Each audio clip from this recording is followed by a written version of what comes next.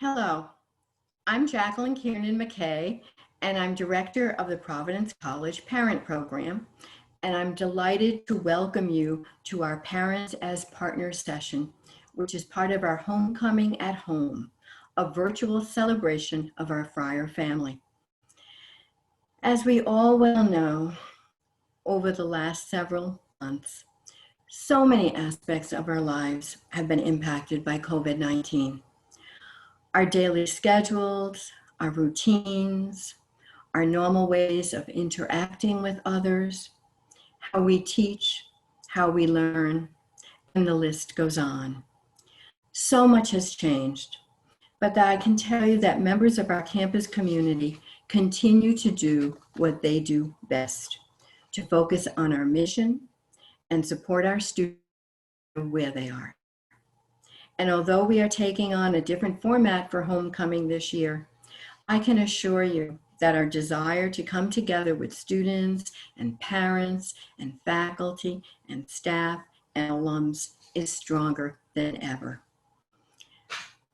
Parents, first of all, I want to thank you for entrusting your students to us during these uncertain times.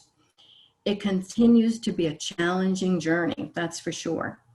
And I know this past month has been so difficult for all of us, but most of all, for our students. This is certainly not what they imagined college life to be. And please know we are all working so hard to keep our campus safe and healthy and to get back to some level of on-campus activity and engagement.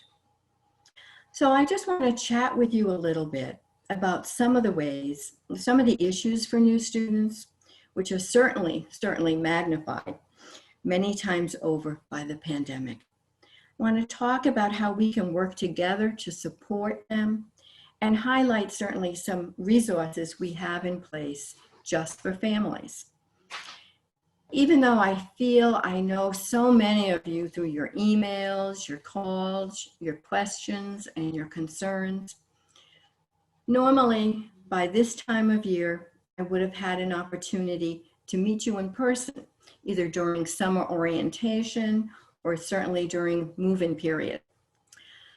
Since those opportunities weren't possible, I would like to begin by sharing a little bit of myself with you. I've been at the college for quite a while. In fact, I like to say I came when I was 9. My background, I'm a clinician by training. I came to Providence College as director of the counseling center. I've worked in both student affairs and academic affairs. For many years, I was an assistant vice president for student affairs in areas such as resident life and new student orientation, career education reported to me. I also served as Associate Dean of Undergraduate Studies. I was the sophomore class dean. At that time, I was also asked to develop the parent program, which I now oversee. And I'm also a member of the graduate faculty, the graduate program. I teach in the graduate program in higher education administration. My husband, who passed last year, was a longtime member of the chemistry department. He served as academic vice president for a number of years, and I'm proud to say was co-founder of the Martin Luther King Scholarship Program. He and I also developed the college's Undeclared Advising Program, a program which is very dear to my heart and which I am pleased to say has received national recognition. As you can see, PC has been a big part of my life, both personally and professionally. And I always like to think that I've had the best of both worlds, opportunities to connect with both students and families. Now we know that the transition of first-year college students, there's lots going on, that's for sure. Living away from home, managing their time, developing new study skills, making friends, getting involved, experiencing new teaching styles and other academic challenges, and so much more. There's a lot to adjust to for sure. And although we are in the middle of a pandemic, it can be easy to forget that new students are still dealing with these everyday adjustments to college. The issues have just become more complex, more stressful, and may take more time and work and effort to address. Sometimes they may even be overlooked because we're all focused on keeping ourselves and our students and family members safe and healthy. So let's think about how we can work together to help students adjust to so many changes, to support them while still challenging them so they can grow and thrive in their new setting in spite of some of the obstacles that they may be facing right now. You know, we repeatedly see articles and stories in the media that point out examples of overinvolved parents. And they certainly have lots of labels that they put on you, don't they? Talk about helicopter parents, lawnmowers, snow plows, plowing a path so students face no obstacles, submarines, one of my favorite label there, parents surfacing at a moment's notice. And you know, we can poke fun at these labels, but actually what they do is create somewhat of an adversarial relationship between the college and families. Okay?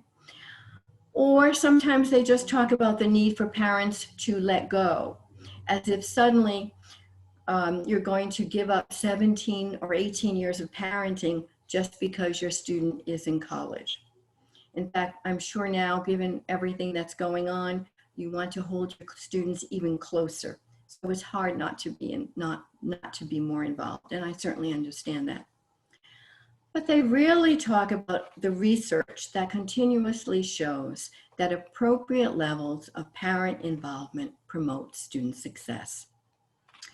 So I want to change the conversation from over-involvement and letting go to let's work together as partners to help students to grow and to develop those crucial life skills and help them to become all that they are called to be. So in 4 years from now, we can all celebrate together as they walk across that stage at graduation with gentler hearts and deeper souls and sharper intellects. In a sense, creating a partnership between you, families, and the college. This partnership, we know, is so crucial because, first of all, no one knows your student better than you. You're the first person they call when they have a problem. And you use your gut. You can decipher whether or not they're having if it's just a problem that day or there's something more serious going on. You reinforce our messages so that we're all on the same page, providing much needed consistency. And most important, you give value to our messages in that you highlight their importance. So what are some of the strategies you might consider that convey your support to students, but also help them to move forward to feel more confident and independent? Well, I have a few suggestions. When your student calls home with a problem, maybe problems with a roommate or difficulty with a class, rather than thinking, what can I do or how can I fix this? Ask yourself, what does my student need to do and how can I help him or her in that process? And you know, I know we're all on the edge. It's so hard not to be more involved. But try to overcome the urge to take charge. Ask those clarifying questions. What's going on? Who can you speak to? How can this be resolved? Julie Lykoff-Hames, former freshman dean at Stanford University and the mother of 2 college students, wrote a book called How to Raise an Adult. And there's a lot of books out there for parents of college students. Her book, I think, she provides some real good practical strategies without being condescending. At one point, she tells parents, Help your students to come to their own conclusions. Listen, acknowledge their feelings, express your love and support, brainstorm options, help them develop a plan of action, something that they can do that can give them a feeling of confidence, that they have a sense of some control in their lives. And there is certainly so much right now that they can't control. We know it's important for first-year students to get into some kind of routine early on in the semester. It creates a sense of balance, and it helps them to manage their time better. But since there have been so many disruptions and adjustments that they've had to make, this is really almost an impossible task for students right now, isn't it? They go from in-person classes to remote, students in quarantine or isolation, sometimes just within a day. There's so many changes that they have to deal with. But there are some things that you can recommend to help them feel that sense of balance. Help them to set priority. What needs to be done now as opposed to what can be put on hold for a bit. Making to-do lists or using a planner, writing things down, having something tangible to hold on to, a plan. Help them to break larger tasks into smaller ones. This can all help them to see problems as much more manageable and less overwhelming. Dealing with stress, and we all need help with that right now, don't we? Encourage them to reflect on how they coped with stress in the past. What worked for them? Remind them of some of the positive choices they've made and how they've gotten through challenging times. Suggest they meet with a counselor to generate some good stress management strategies. And I know the Personal Counseling Center has been sponsoring a series of sessions of Finding Your Way. It's kind of like a support group, an informal support group that meets once a week for students, for new students. And I understand that they're going to be extending those sessions for another 3 weeks or so. So a great way for students to talk about what's on their minds, share common concerns, and most important, it's a great way to meet people. You can also help students to feel more connected to the college. And clearly, this is an issue for all new students as they adjust to their new setting. They want to meet new people, they want to make friends, they want to build a new social network. As one student said to me, it's not so much homesickness, it's friend sickness. You know, they have their friends from home that they really miss, and they will have to work on making new friends. And this can be challenging under any normal circumstances. But with the pandemic, it's really hard for them to feel that sense of belonging and to make those connections. And let's face it, it's hard to see a smile through a mask, isn't it? So what can you recommend? Well, you can help them to take a look at ways that they can get involved. Check their morning mail, that email that they get every day, which provides a whole menu of what's going on for that day, and also activities for the upcoming week. So it's something that they can look forward to and helping them perhaps plan their week a little bit better. And certainly connecting virtually, of course, online interaction can't be compared to in-person socialization, but still it's a way to meet people and to become involved. Parents, encourage your sons and daughters to get out of their comfort zone. Do things they never considered doing before. Thursday night bingo, Saturday night trivia, yoga classes. Encourage them to reach out to those orientation leaders that they met earlier on. They can help provide some ways for them to think about how to get involved. Maybe just talk to an orientation leader about what's been going on.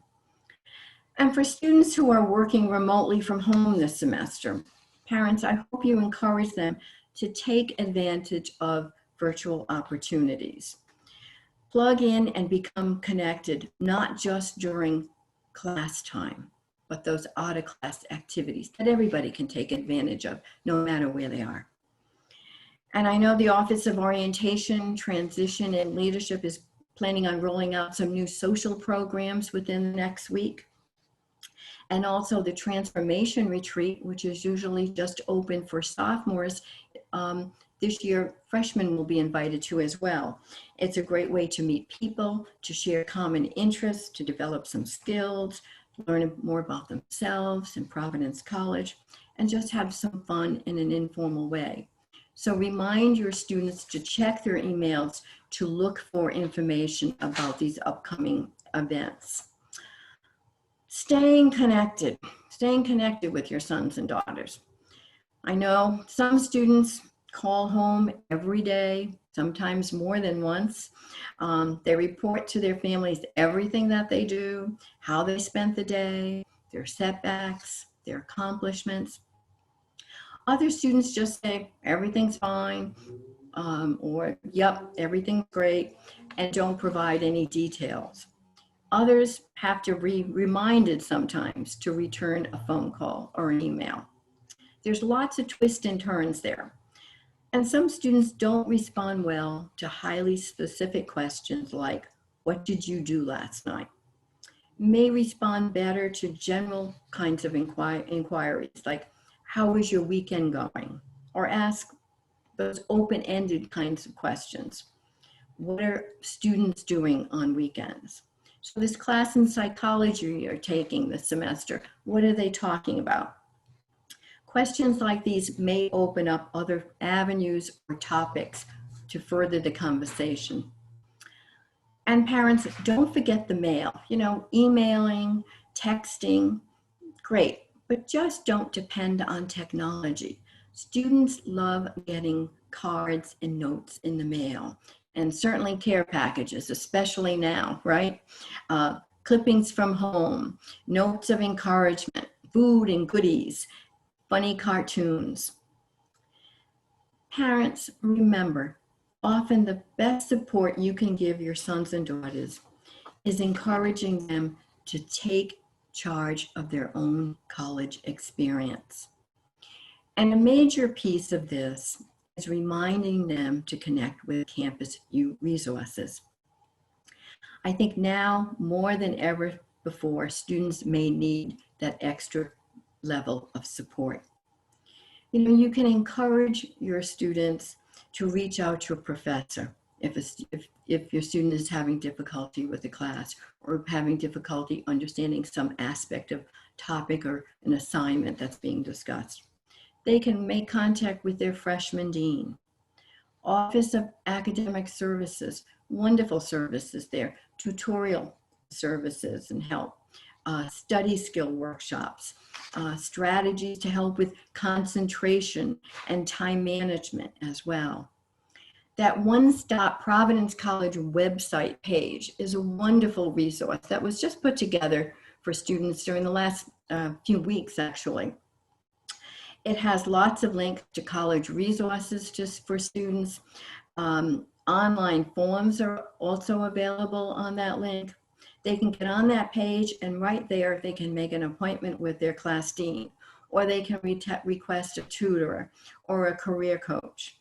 In my September e-communication to you, I highlighted that service. And some parents told me that they even cut and pasted and sent it to their students to remind them via an email. So it's a kind of a one-stop shopping way for students to learn about resources and make some quick needed connections. They're academic advisors. You can recommend. Registration is coming up for spring classes in early November. Students need to prepare for that process.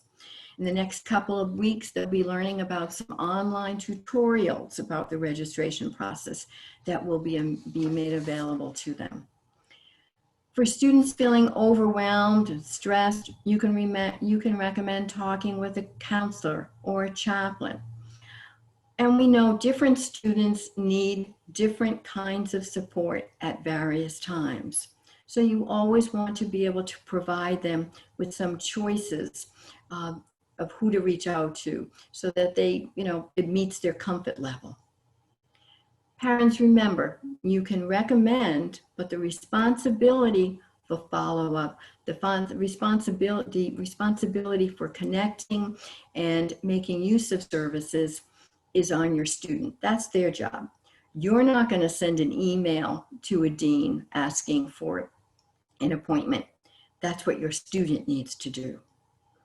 And I think the best way for you to engage in this process is to do your homework, because the more you know about the Providence College experience and the resources and services that we have available for students, the better able you will be to assist them and to identify and refer them to these resources. And that's where the parent program comes in, okay? We have our parent family website with link to all kinds of campus-wide resources, talking points for parents. There's that ask a question link. And I get lots and lots and lots of questions from parents about all kinds of things. I do a lot of directing of traffic.